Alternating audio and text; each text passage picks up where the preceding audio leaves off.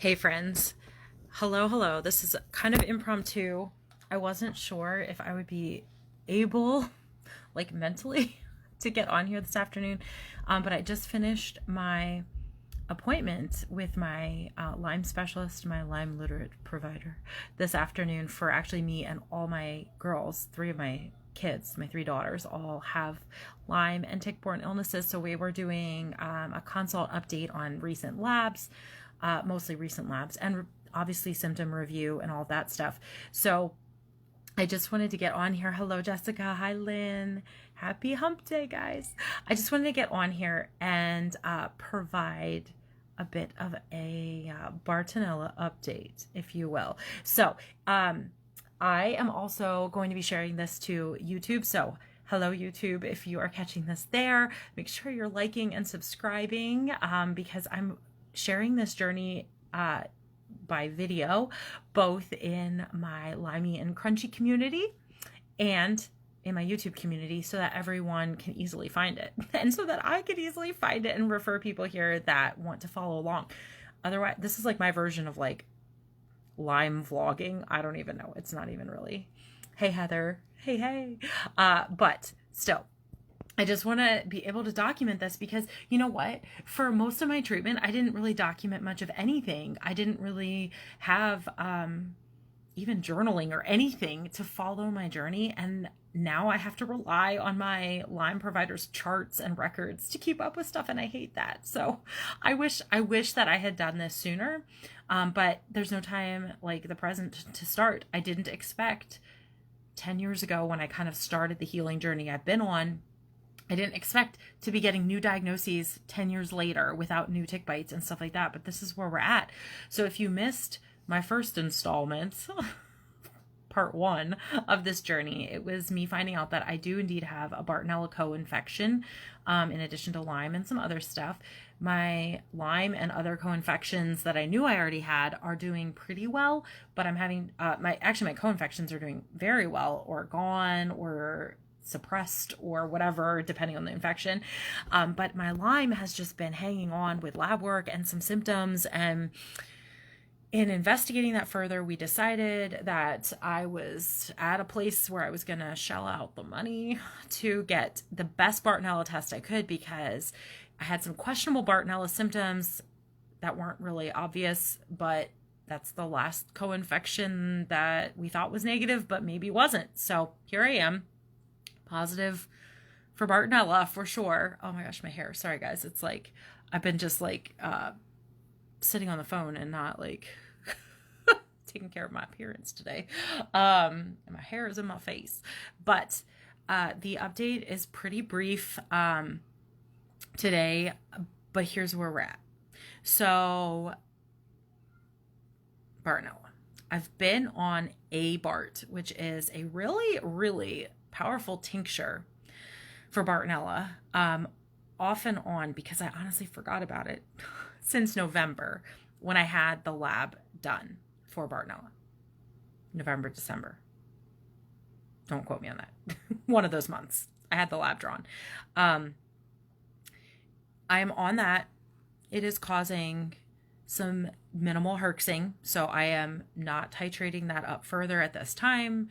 I'm actually doing okay now. It was a few days that were touch and go, but I think I'm adjusting, so that's good. My provider's really good about working through Herxheimer Reactions with me. If you don't know what that is, Google it, but it's basically like detox reactions, kind of unofficially, from these illnesses. And they can cause a resurgence or an increase in symptoms because of stirring up those organisms in your body, which is kind of like a good thing. It means it's doing its job, but it also can be dangerous. Herxheimer reactions can be very dangerous. And anyway, that's a topic for another day. So you want a provider, like I'm blessed to have, that is very in tune with those and like how to manage them and or not even have them to begin with. So, you know, in this case, I got a little bit of one, able to manage. So I'm going to stay on a Bart tincture, but I'm going to titrate that very slowly and as tolerated, and keep my Lyme provider in the loop. And then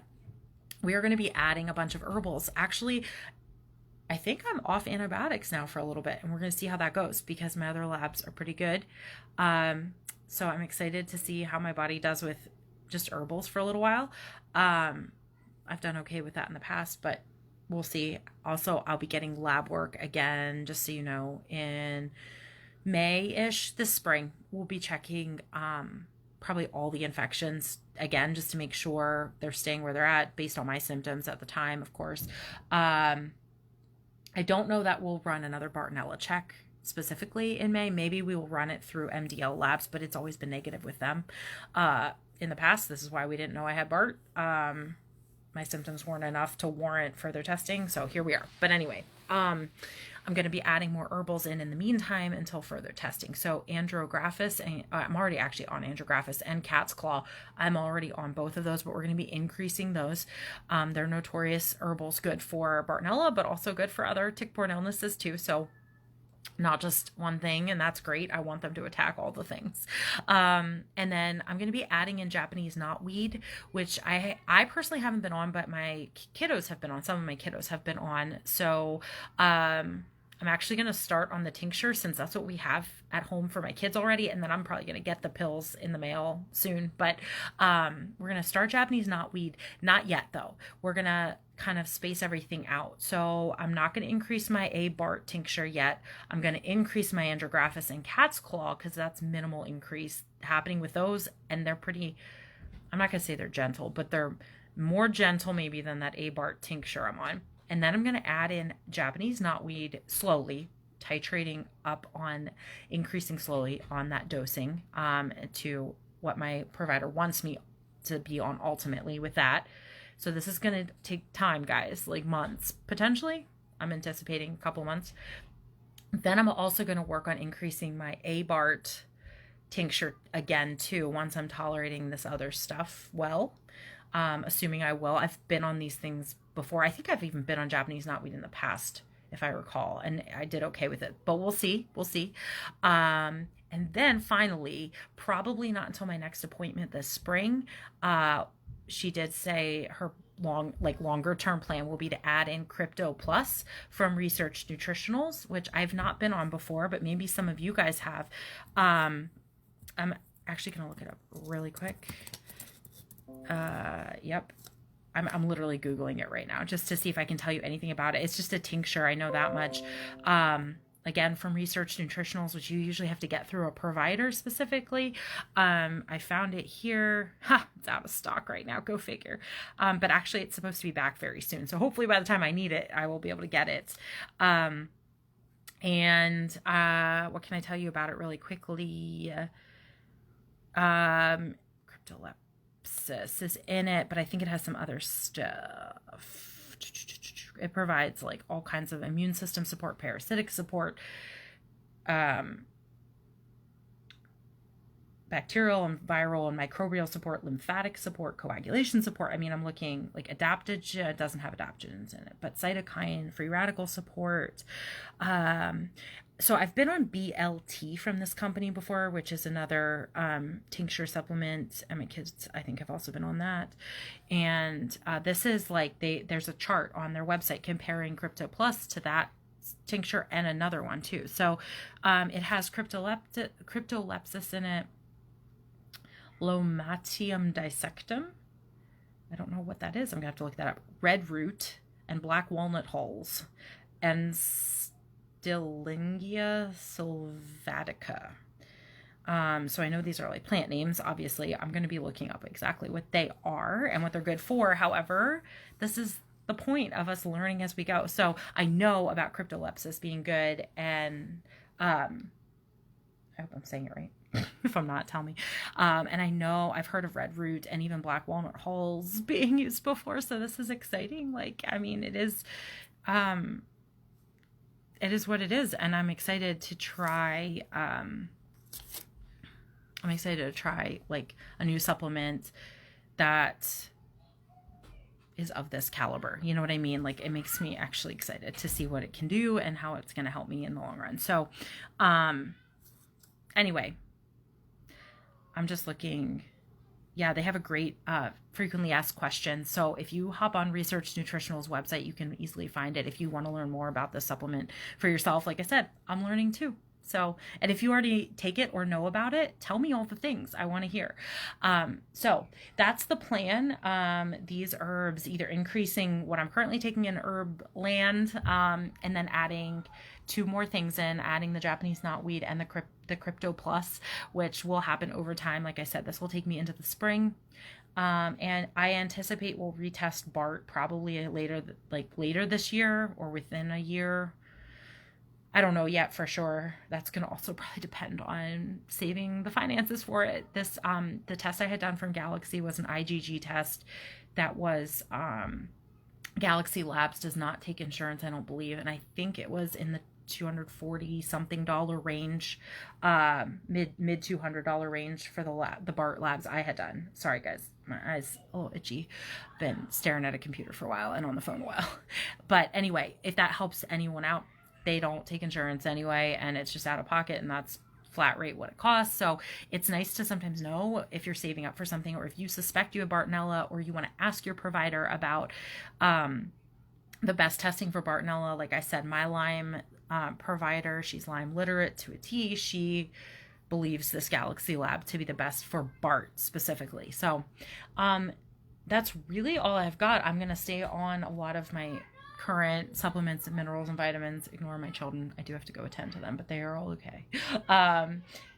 And we're going to go from there. And I'm on some other stuff too. I just want to be clear, like, this isn't my only treatment. I'm literally just talking about my BART treatment to you guys.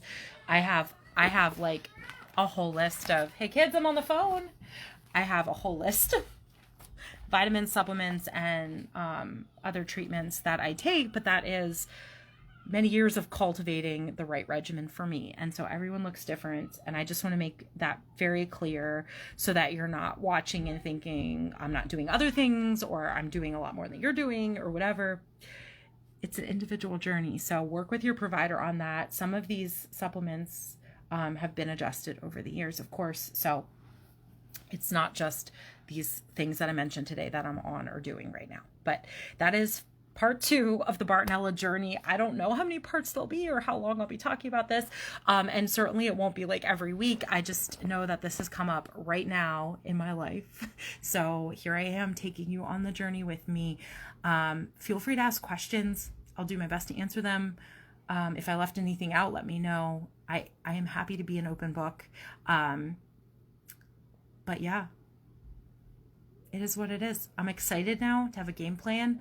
I'm excited to probably be tackling the end of my Lyme journey too, or this phase of my Lyme journey to full healing, and BART at the same time. I'm glad we have an answer to what has been maybe holding me back in my treatment.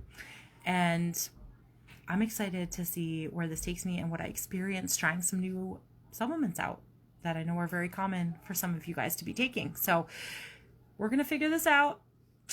It's another good day. I hope you're having a really good day. And cheers to your health and wellness. We're all on a journey together. Don't you forget it. Talk to you later.